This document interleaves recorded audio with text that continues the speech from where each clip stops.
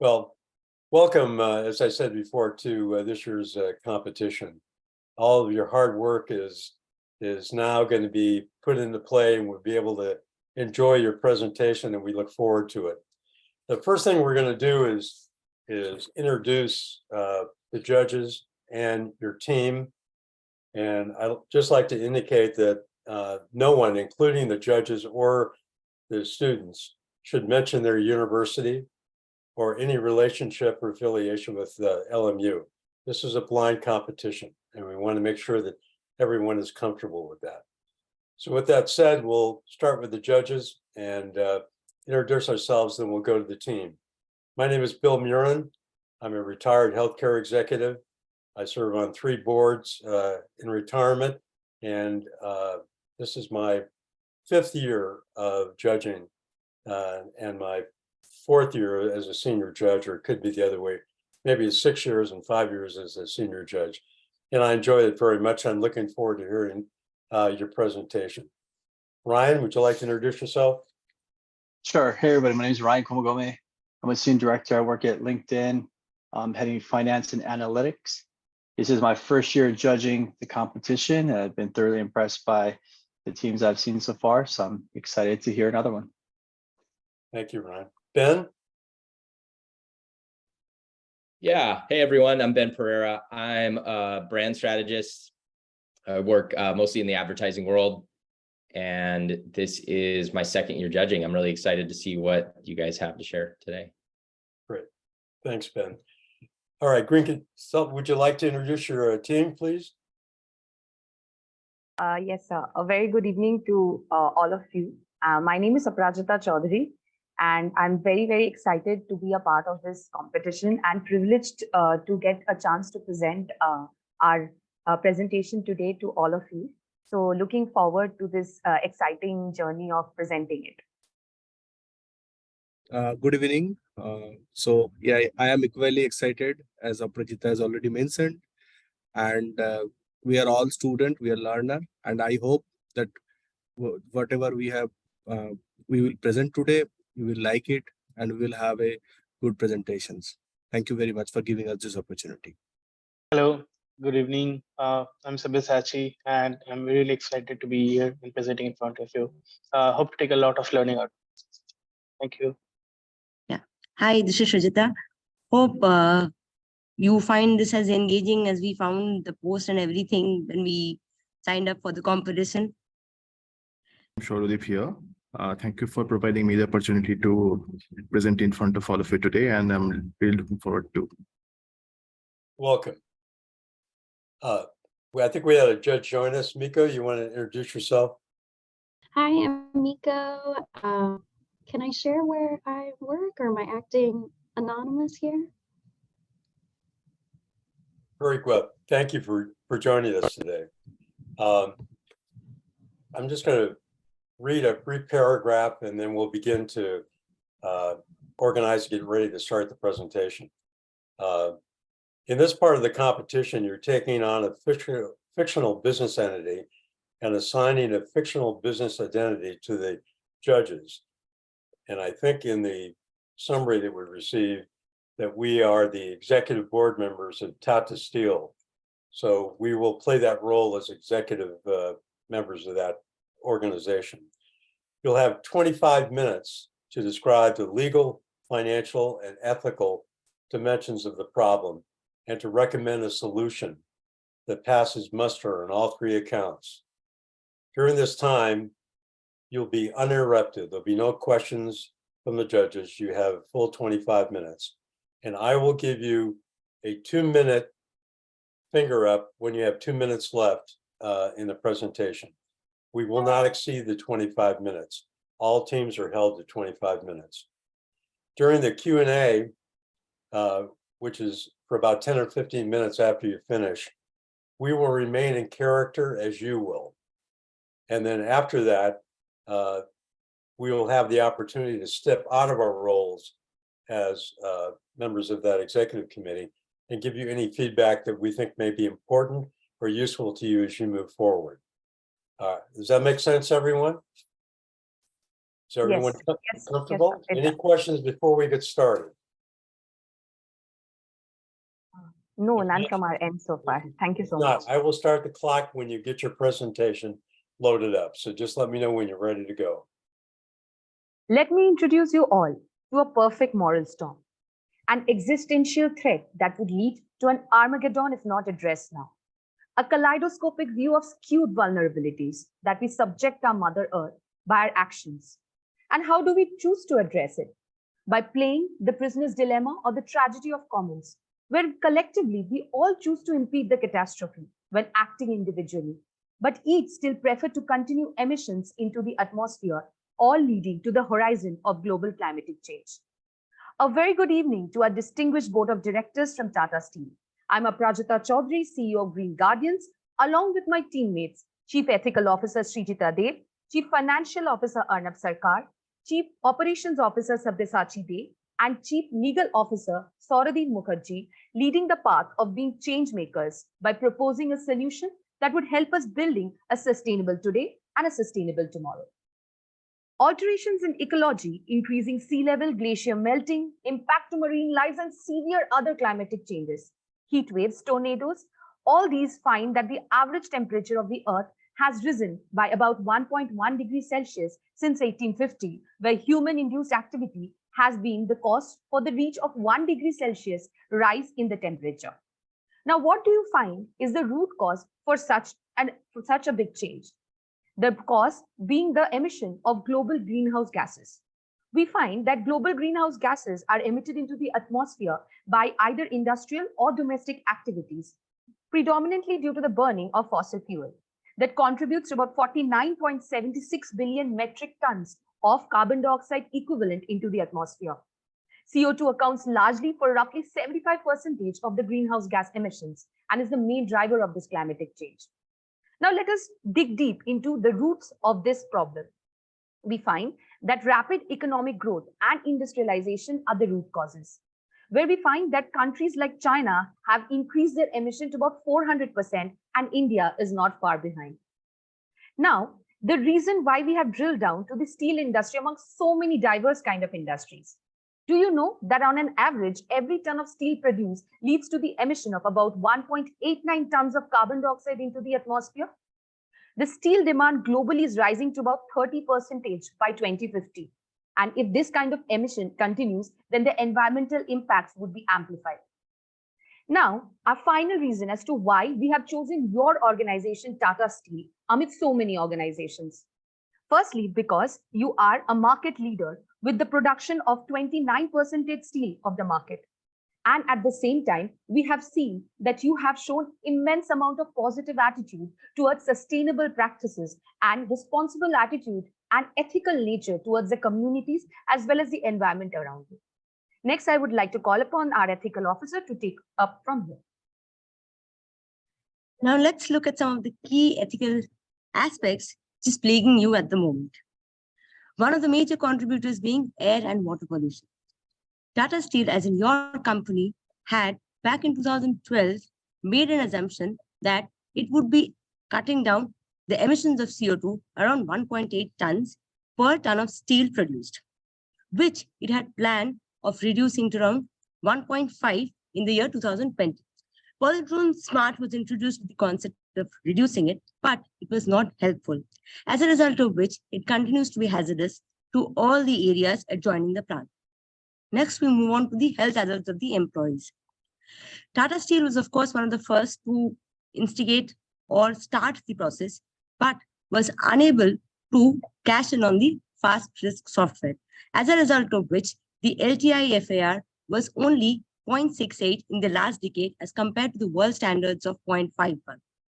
And in comparison to the last compensation for the land usage, as the steel industry demand increases more and more, the dependency on the land is bound to increase, leading to further deforestation, displacement of the aboriginals, and potential violation of the land rights. Now, I hand over to the legal officer to take it over. Now we are going to discuss the regulatory risks facing our business and what are the implications we are getting from it. Tata Steel has already faced a number of litigations all over the world. There was an incident in Netherlands where they got prosecuted due to a graphite train occurrence. And in India also, develop public litigations against them. Moreover, there is a chance that this existing situation will result in more legal action and penalties. In addition, India has made a national commitment to reduce carbon emissions under COP26 agreement, which means that companies in the steel industry will likely face stricter regulations. And as a pioneer in the steel industry, the effect of Tata Steel is imminent. Currently, India emits 2.7 tons of CO2 per ton of crude steel, which is higher than the world average of 1.8 tons of CO2 per ton of crude steel. This data clearly shows that there is a lot of potential for improvement in reducing the carbon footprint of India's steel industry. And again, Tata Steel has to take the lead in this. With this, we'll now move into the financial risk. Well, on top of the ethical and legal risk, your business is also in the financial risk, because there are massive changes happening in the consumer behavior. We have been seeing there is a increasing demand of sustainable product adoption across the different segments. For example, Volvo and Mercedes has recently committed that they will only manufacture their automobile cars using green steel. So in future, you are posing a risk of losing a lot of customers if you continue your current operation. If you see the competitors' landscape, you can see that your major competitors like ArcelorMittal and JSW are investing heavily on the green steel projects. So they are also coming into this market and going to snatch away your market share. And there is a Kollani Feresta brand which has been launched recently on the green steel area. So therefore, you are having a tough competitions in coming times. On top of this, if you see, you are also having a difficulties in accessing the iron ore in the future, because there are regulations are getting tougher and there is a huge loss of ecological services, which is going to incur your huge cost. Hence, your revenue is going to be impacted and your cost is going to be increased. Therefore, your bottom line is also going to be down. So the situation is at very risk right now. If we dig deeper into your goals, we have seen that there are excellent goals that you have taken in environmental and social aspects. Like, for example, you are aiming for no net loss of biodiversity by FY30 or achieving zero harm by 2030. But we think that these are highly ambitious considering your existing steelmaking processes. Therefore, you are in a dire need of having a solution which will mitigate the mentioned risk as well as help you to achieve your objectives. While we are considering the solution proposed for you, we have considered the Jamshedpur location because it is the highest output locations of your all steel plants across the India. And we have proposed our solution. Let us see our solution. A moment earlier, we were discussing the need of reduction in the CO2 emission in the steelmaking process. When we look at your present steelmaking process at the Jamshedpur site, we identify that the whole process can be grouped into 3 major clusters. And across all these clusters, there is an opportunity to get reduction of about 90% in the CO2 emissions from today's situation, while aiming at minimizing the dependence on coal and other fossil fuel sources. Let us see how it can be achieved. To understand that, let's start at the existing measures employed by you at the present site. You right now take a CO2 reduction approach via 2 routes. One is optimizing the blast furnace burden mix by maximizing the iron content so that we can reduce the coal as an irritant, and CO2 capture process to address the emissions into the environment, the technology for which is premature and there is concerns about the utilization of the CO2 that is captured. By both these 2 processes, you can achieve some percentage reduction in the CO2 emissions. However, it does not go a very long way in achieving the carbon neutral steel that is a growing demand of the consumers. It also does not solve the ethical and the legal challenges discussed earlier. We propose to move towards a carbon elimination process, recognizing that the constraint of a large-scale change. We propose to have a transitory approach where EF or electric arc furnace is first installed and used along with DRI or direct reduced iron technology.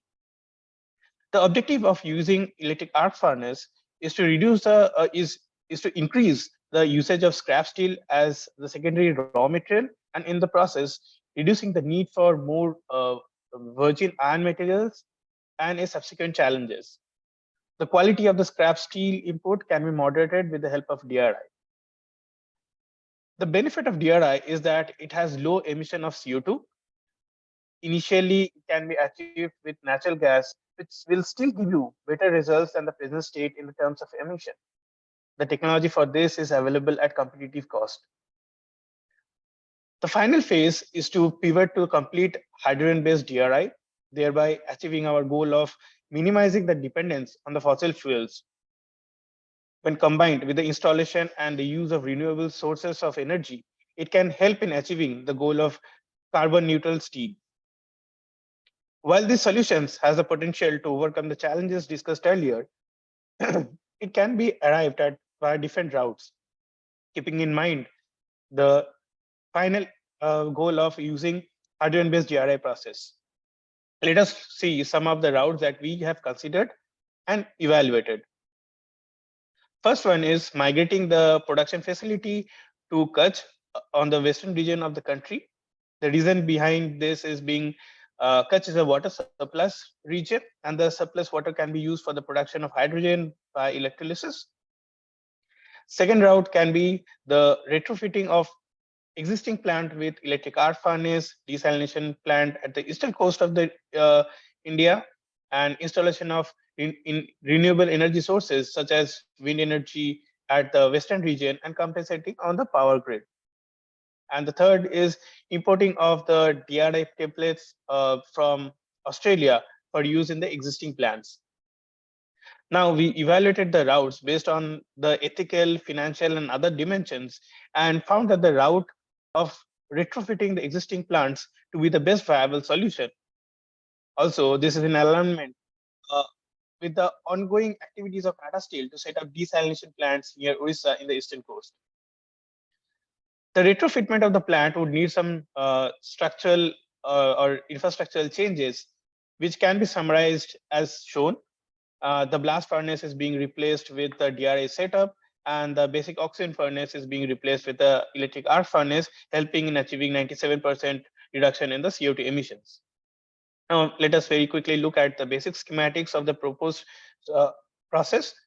The desalinized water from the east coast would feed into the electrolyzer at the Jamshedpur site via pipelines to generate hydrogen. The hydrogen is then blended with natural gas in the transitory phase, would meet the virgin iron materials or iron ores from outside to give the DRI. This DRI moves into the electric arc furnace where it combines with the scrap steel to finally give liquid steel as a final output. And this whole process is supported by energy from the grid, which is in turn fed by the renewable energy installations on the western region of the country. We talked about the transitory phase, and let's look why we are discussing transitory phase. Well, when we try to analyze our solution through the lens of cost, we find very interesting observation. And based on that, we have proposed our solution. In this illustration, if you follow it very closely, the y-axis is your cost per ton of crude steel. And the x-axis, the horizontal axis, is representing the carbon footprint of the existing processes. And we have tried to illustrate in 4 different time regions. That is right now, and in 2030, 2040, and 2050. And the gray shaded region is the cost of making steel right now, which is hovering around 380 to 450 USD. So if we see right now, you are at 2.43 tons of CO2 per TCS, which is outside of this illustration even. If we blend with 9% of hydrogen with the natural gas in the DRI technology, we will be roughly nearby to the existing cost of the steel making of PAPOF route. And if we go for 100% green steel right now, if you follow the top curve, it will cost you around 620, which is practically not feasible. So we are proposing this transitory phase of 9% blending and slowly increasing this blend. And when we go over time, we can see that 100% green steel in 2050 will be even below than the existing steel cost making. So hence our proposal is cost-wise also feasible. To calculate this cost, we have done an extensive research on the CapEx and the OpEx investments that you have to make for this particular solutions, and we have come up with this. Here we have considered also safety compliance cost, because we think that our solution should not only pass the financial test, but it also should pass all the dimensions of the legal, ethical, and safety. Now, here we are checking the feasibility of a solution based on the critical resources. On the left-hand side, you can see the schematic of our solution. You can see the red mark. This is our Tata Steel plant. And the red triangles are the desalination plants which you have already installed. We are going to enhance those capacities, and connecting water pipes, we are taking out the water from the sea to the Tata Steel plant. In the western shore, we are putting this offshore wind and solar plants, and we are connecting it with the national green power grid leveraging the government policy of free transmission across the grid of renewable energy. If you follow this table, you can see that we will be needing land of 0.015 million acre, which is 30% of your current area, which we believe if we remove certain cold storages and lean methodology, we can achieve it. For water, already we have discussed the solution. Electricity is also feasible. And for the scrap steel, we have seen that Indian government has a certain regulations which will help us to get the steel. Hence, from this angle also, we see our solution is quite feasible. Let's look at the roadmap of this particular solution. We are suggesting you to install this RE as fast as possible, starting from 2023. And then going forward, installing the EA and the SAP furnaces. And finally, in 2040, you will be having 60% of blending with the hydrogen. And in 2050, you will be achieving 100% green steel with the lower cost even than the conventional route. With this green steel, you are also going to achieve a new business model innovation, because you are providing new value to the customers, and your customer segment will grow across the industries. And you will have a key partners with the governments, and your key activities will be surrounded by the sustainable activities. Hence, we believe this solution will improve your profitability by 5 to 7%, which will improve your bottom line. Hence, our solution is financially quite feasible and viable. Let's see how our solution tests get passed through the ethical and legal lens. So as we have proposed the solution, it is essential to consider the legal considerations related to it. By passing through a legal perspective, we'll look into the regulatory and legal dimensions of it and how it can impact Tata Steel in the long term. The legal frameworks have many dimensions. There are a few solution enablers as well as mitigators. The Steel Scrap Recycling Policy and the latest Motor Vehicle Act will increase scrap availability in the Indian market. Renewable energy efficiency through hydrogen will give precedence to several initiatives like Green Hydrogen Mission, National Solar Mission, and Global Hydrogen Alliance. With this support comes multiple incentivization programs like Perform, Achieve, and Trade Scheme and Best Available Technology Solution. The government is trying to look beyond national boundaries to adopt international projects like NEDO scheme in Japan to produce highly energy efficient steel. With this, we can understand the solution is legally very feasible, and the regulatory environment will eventually give us the path to embrace the green future. Now, let's look into the next slide where we would like to emphasize the importance of safety regulations. As the industry transitions towards more sustainable practices, such as green steelmaking here, it's crucial to ensure that safety regulations are in place to protect the workers, the environment, and the public. Green steelmaking often involves the use of new technologies, such as hydrogen-based processes, which may have different safety considerations compared to traditional steelmaking processes. Therefore, it's important to identify and address potential safety hazards early in the transition process. So here you want to go ahead with the risk assessment procedures by following several Indian laws. We'll give importance to three basic things, which are proper hazard identification. Then we would go for evaluation of risk from it and risk-oriented studies. Safety audit should be a top priority. The detection system, electrical connections, and various sources should be taken utmost care of. Also, we'll explore specific international safety guidelines and incorporate those into our standards. We should leverage the strong governance structure to monitor and supervise the safety scenarios. So with the safety regulations, not only will comply with all regulatory matters, but also facilitate trade and investment opportunities. Now let's go forward with the sustainable desalination plan. Besides the legal and ethical feasibility, we have also worked on the sustainability part of the desalination process. The primary byproduct of the plant is brine, which gets pumped back out to sea. Now, how do we address this? We have come up with 4 solutions. We can dilute the brine with various sources. Prominent one should be wastewater. We can convert the brine into useful resources as per our need, example, caustic soda, which can eventually address the failure of the overall system. We can inject a deep well also to dispose of the brine. And last, incineration is an option that we can adopt. In all these ways, we can prevent damage to marine ecosystem. Now, let's look into the ethical aspect of the solution. Now let's see how the ethical aspect would be contributing to the greater society as well as the environment, creating long-term benefits not only for your own businesses, but also the communities in general. Lowered carbon emission would lead to a continuous improvement in the levels of the air in and around the Tata Steel plant. The reduction in the levels of pollution in and around the Tata Steel plant would lead eventually to a higher life expectancy levels and an overall health improvement in the general public in the adjoining areas of the Tata Steel plant.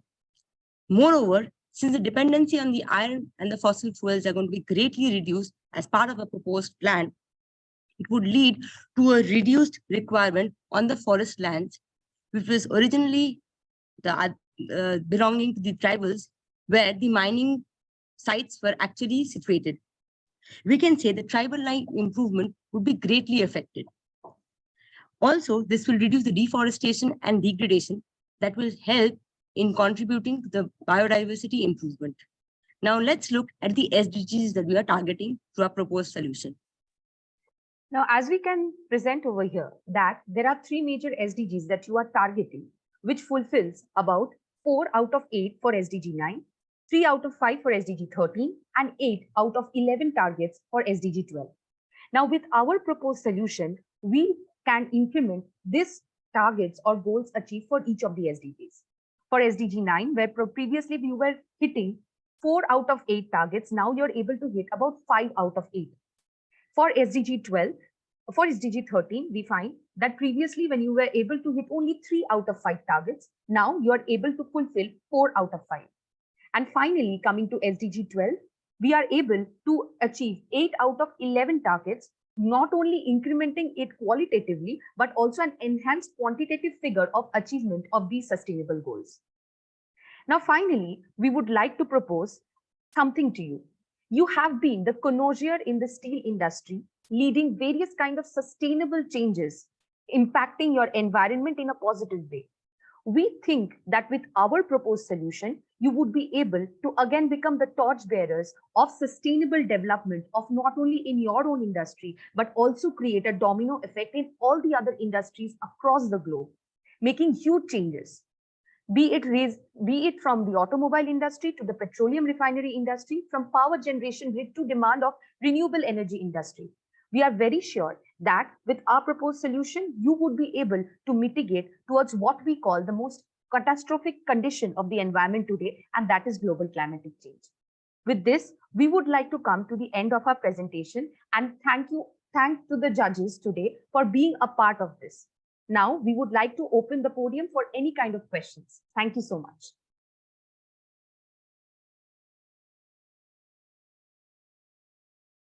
Thank you very much. That was a very, very detailed presentation with a lot of information. As we look at it from the board standpoint, could you please elaborate a little bit on the ethical issues that you identified and which of those ethical issues you are most concerned about, that we should be most concerned about?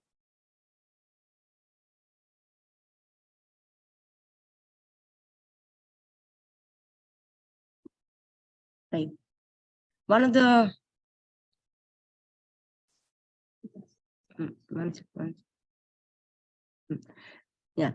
So the major two ones which we are targeting out here is the air and the water pollution. The second one being the compensation for the land usage. That is what we have proposed according to the plan that we are submitting out here. Because the current plant which is already there in the Jamshedpur area is unable to rest the carbon, the CO2 emission which is there and the world standards. So the proposed plan that we're suggesting would be actually helping to mitigate the carbon emission to a certain extent. Secondly, the land usage which is going to increase with the demand for steel as it is increasing in the country, it is going to be mitigated to a certain extent because the land which was even initially used for the mining and the mining purposes can be utilized now for the proposed plan of action that we're suggesting out here.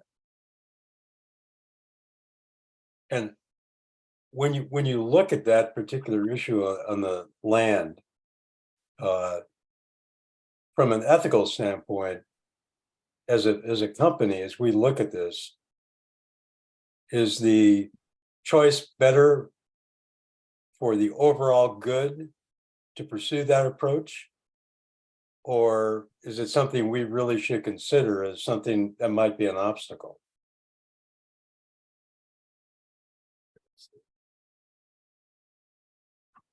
Yeah.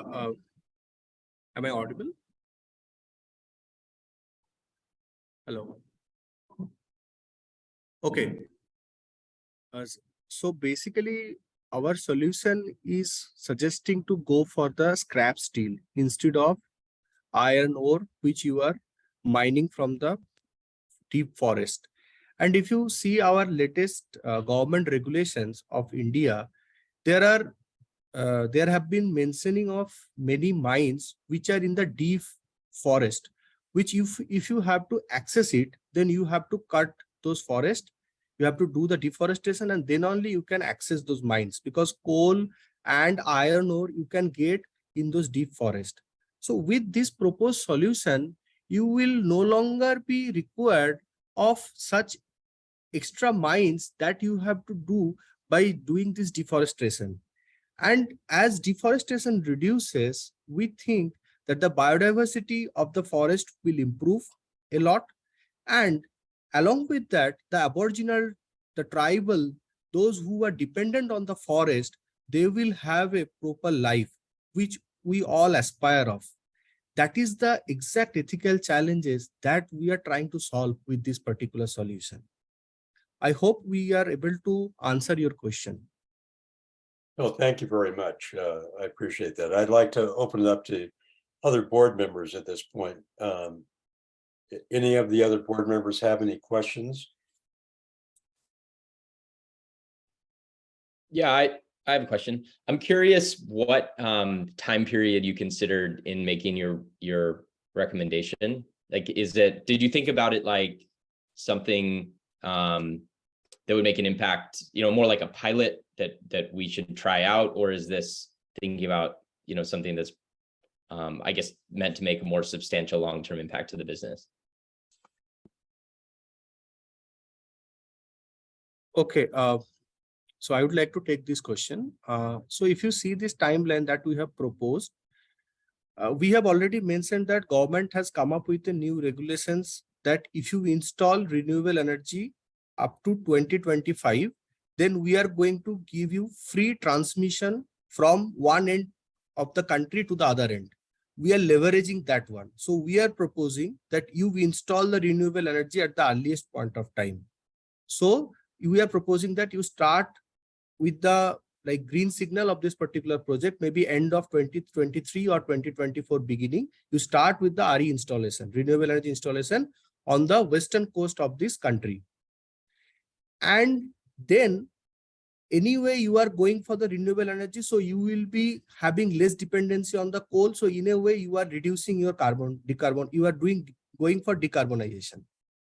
And then subsequently in 2028, once the renewable energy is at the full phase, you start preparing this pipeline from the desalination plants to your plant, because this will take a certain amount of time, because the land and all the government issues will come up with this. So for that, we have kept a 5 years of horizon to prepare for that, for those legal issues. And then we think that by 2030, we should be able to start with our electric arc furnaces in your existing facilities. So 7 or 8 years of time horizon that we have kept from now.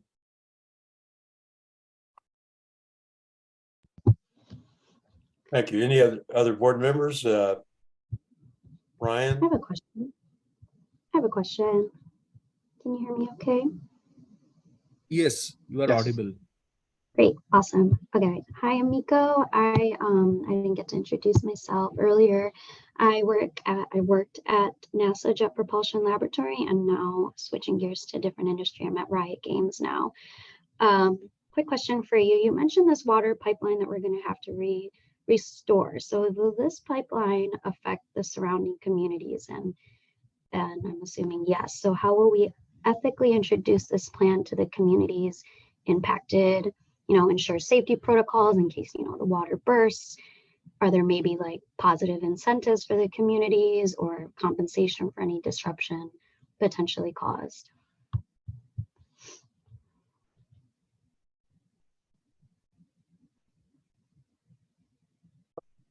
Okay.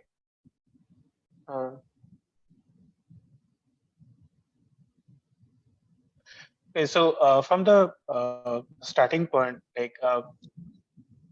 let's first understand what is the pipeline required for. This pipeline is for like plain freshwater pipeline. So the environmental impact is part is not too much.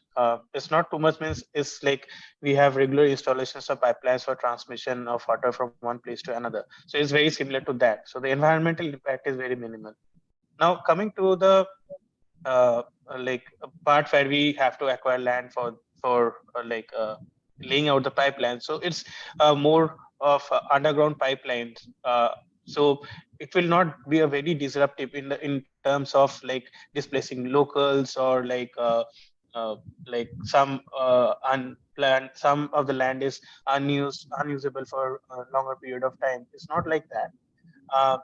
There's like in cases of disruption, so when with the pipelines, we'll definitely be having the different pumping stations that will help in maintaining the pressure. So in case of disruptions, these pumping stations can be utilized to stop the flow, stop the flow and make the rectifications. And coming to the compensation part, since it passes through around 200 or 250 kilometers of region from the coastal region in the eastern front to our present location, and it's a freshwater. This water can be used in case of regions where there is water scarcity and can be shared with the community. So that is an added advantage with this plan. And in terms of the legal front, I hope Sordeep, if you can take that question. I want to add a point here. The first thing is when we try to install the pipeline or whatever the plan to be installed, I would like to assess the whole situation in three lenses, which are going to identify the proper process, going to evaluate the risk, and then according to study, we'll implement the whole solution. And from our cost perspective also, we are incurring and safety compliance cost every year to make it viable. So with this thing, I believe that this situation will be very safe in the near future. I would also like to add a point over here from the ethical lens, and that is as this is a very procured and very monitored way of laying down this pipeline through underground. So we find that not the displacement of any aboriginal communities are required over here. So the issue of displacing these communities to new areas are also mitigated. And I think this is also environmentally very viable solution. So ethically, on the ethical as well as on the environmental fronts also, we find that these are not really impacted much. Thank you. Any other questions from the board? I have one quick question. I know you're thinking about the transition costs from the ways that you produce the steel to something that's a lot more low impact to the environment, but outside of just the actual work that needs to be done to transition Are there mitigations in place to think of other things that could happen to the surrounding communities? Are there any community funds that can be built into business plans to offset some of these things that cannot be foreseen?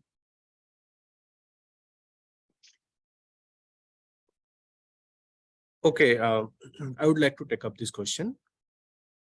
So you are rightly mentioned that there is a transition phase is happening where we are like changing some infrastructure. If you see this picture, it will be very clear. But the thing is that we are doing it inside the plant.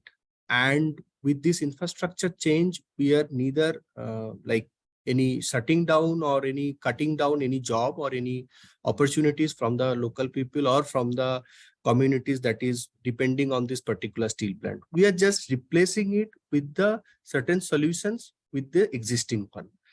So our idea is to that when we are doing this with this project, even it will create a new kind of opportunity for the local vendors who can participate in this project, contribute to the green steel, and they can also get the fair share of it. So we believe that with this particular solution, we will be achieving more in the ethical ground instead of destroying or instead of like concerning on this particular part. I hope we are able to answer your concern. Or another thing I would like to add over here is like definitely as part of a corporate, like there's a lot of like emphasis on creating funds for like well-being of the community region, and that Tata Steel has been a pioneer in that as well. It has been leading from the front.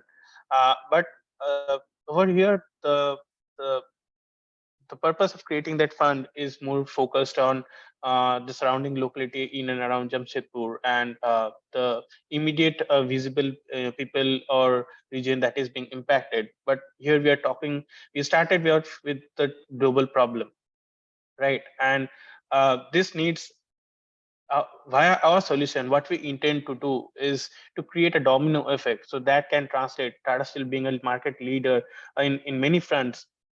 It not just creates the change for itself, it also translates the change to others. So that becomes a dominant design. And in turn, it can change the whole landscape of the industry, which can be a far more give a far more combined effect than just creating individual funds for giving out like for the well-being of the community. So that is another angle that we think is much more impactful from our solution. Thank you. Have each of the board members had a chance to answer or ask any questions they have?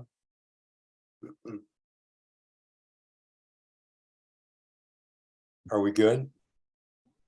I just, one question I have is, could you remind me what the total investment is at this point that you're recommending that we authorize?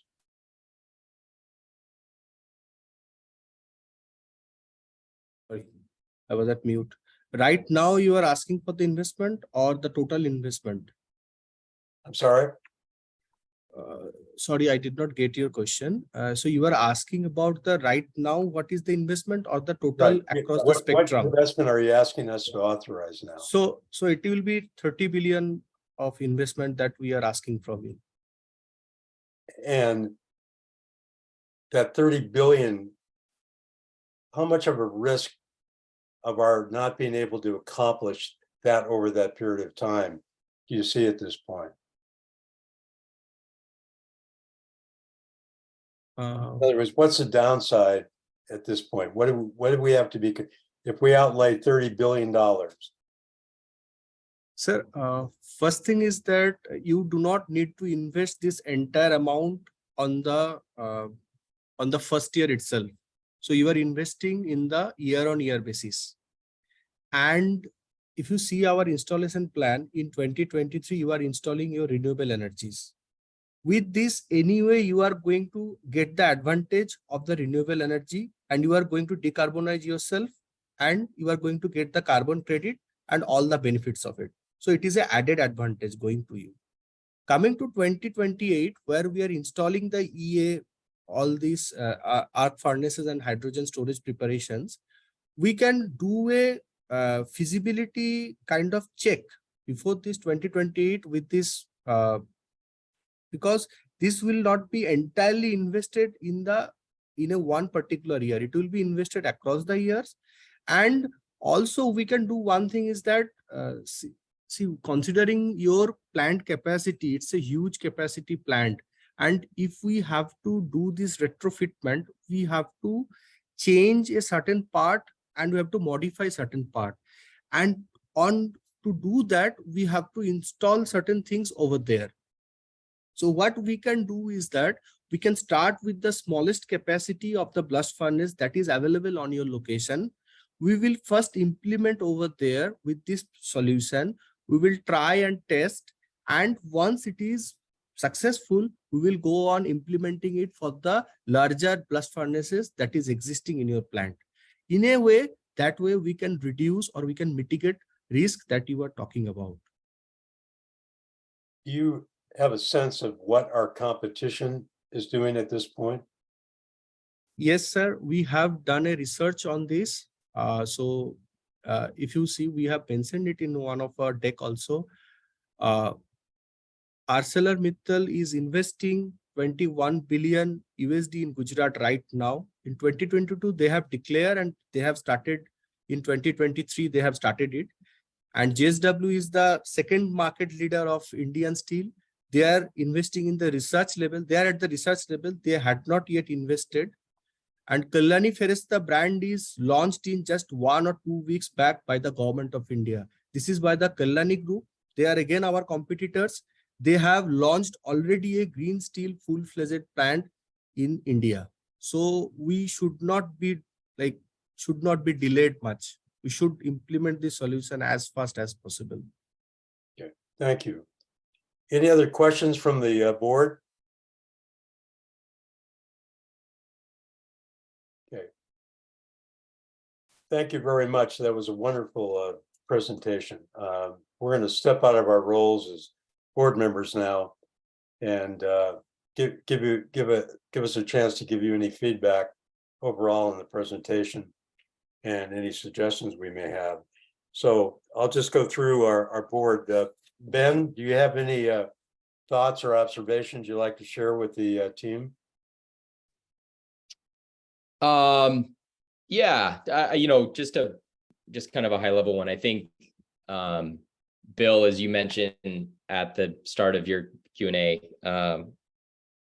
that there's a lot of information. And I think it's clear you guys just put an absolute ton of work into this, and my hat's off to that. I think my feedback would be to just consider the storytelling throughout a little bit, because it's kind of, even, as we're playing the role of board members, there's kind of an assumption or a need to have a lot of information top of mind. So I think thinking about how you guide us through, even as experts, the people that are supposed to know as much about the company as anybody, would be helpful. So that's my thought.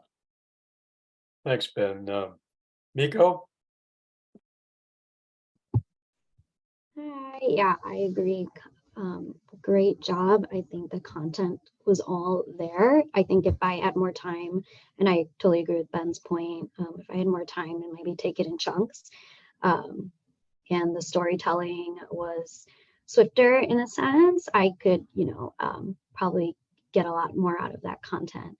I think it's there. I think maybe this is a time constraint and everything. And like Ben said, I don't have the background information top of mind.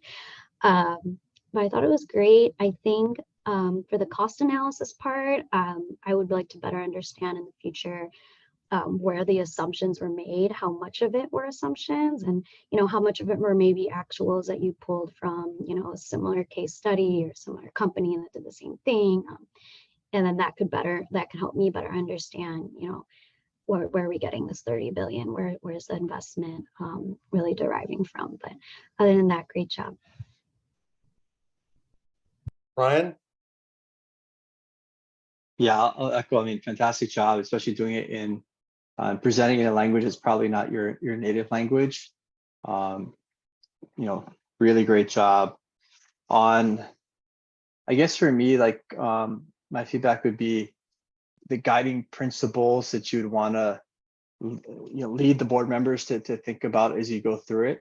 There's obviously the financial impact, there's the ethical impact, but then to me, what I struggle with was what is just like has to be done to stay in this game. Like if you want to be 100, 200 year company, like what just has to be done? It'll probably change the direction of where the company is, whether it's profitability, but there's always some inflection points in every industry that it's you do it or you don't if you want to stay in business. And what are those things to think about versus sometimes there's small incremental changes that maybe will change your margins or your profitability. To me, this seems like it's a turning point. It's a game changer that there's a certain amount of it that you need to do to stay in business for the next 100 years.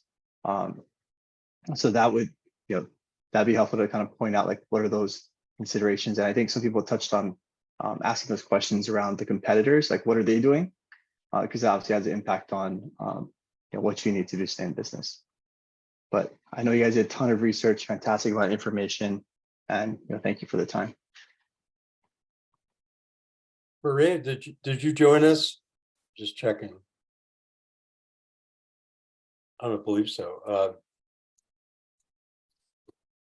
Just a great presentation. I mean, this was very comprehensive.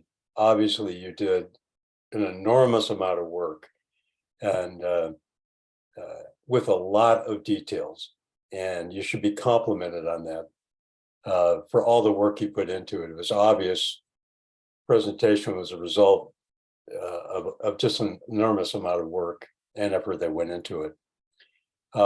Just a couple of comments, and I think some of the other board members also alluded to this, is when you're presenting to a board,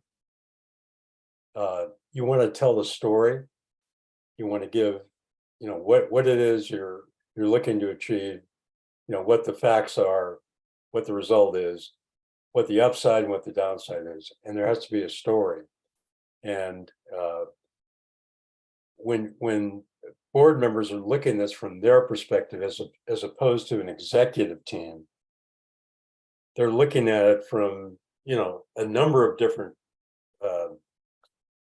points of view and where they're coming from a fiduciary standpoint, from an ethical standpoint, from a brand standpoint, from a competitive standpoint, even some from governmental issues, all those things.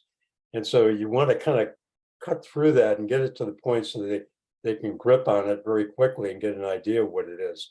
And particularly as you go into the next two sessions where you're giving a 10-minute and then a 90-second, and they're asking you to focus on ethical issues and kind of an elevator speech, you want to hone it down and tell a story that someone can walk away with and go, got it, okay? Because you've got all this data, you've got all this information. It's just tremendous, and you need to be applauded on that. And those are just suggestions because this is quality work, and you should be applauded for it and congratulated on it. And unless the judges have any other questions, if not, do you have any questions for us? We would like to thank you all for your time today, and definitely the feedback that you guys have provided are of immense value to us, and we'll definitely compound it in our upcoming rounds and try presenting the way you have guided us through. And it was, as I had already iterated on this before, that it was an immense privilege to be presenting today on such a,